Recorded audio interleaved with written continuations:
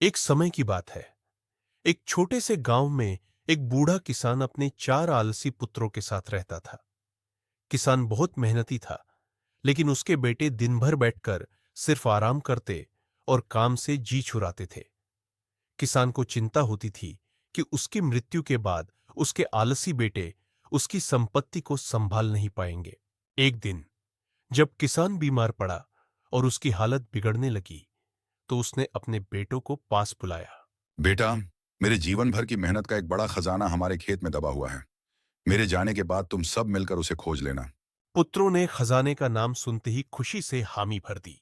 किसान की मृत्यु के कुछ दिनों बाद बेटे खेत में खजाने की तलाश में जुट गए।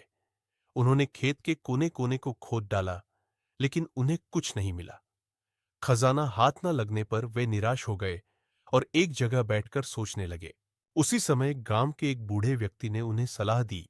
तुमने खेत को इतना खोद डाला है तो क्यों ना इसमें बीज बो दो। हो सकता है मेहनत का फल तुम्हें किसी और रूप में मिले। बेटों ने बूढ़े व्यक्ति की सलाह मानी और खेत में बीज बो दिए। उन्होंने पूरे खेत की देखभाल की। हर रोज खेत में पानी डालते, घास साफ करते और पौधों को बढ़ते हुए देखते। कुछ महीनों बाद खेत में गेहूं की शानदार फसल तैयार हो गई। चारों बेटे फसल देखकर खुश हो गए। अरे! ये फसल तो सोने से कम नहीं है। हमने कभी सोचा भी नहीं था कि खेत हमें इतना कुछ दे सकता है।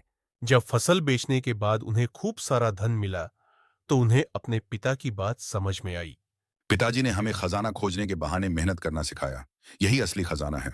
अब हमें समझ आया कि मेहनत से बढ़कर कोई दौलत नहीं। यह कहानी हमें सिखाती है कि मेहनत और ईमानदारी से किया गया काम कभी बेकार नहीं जाता। असली खजाना हमारी मेहनत, लगन और विश्वास में छिपा होता है। आलस्य छोड़कर मेहनत करने से ही हमें सच्ची खुशी और सफलता मिलती है।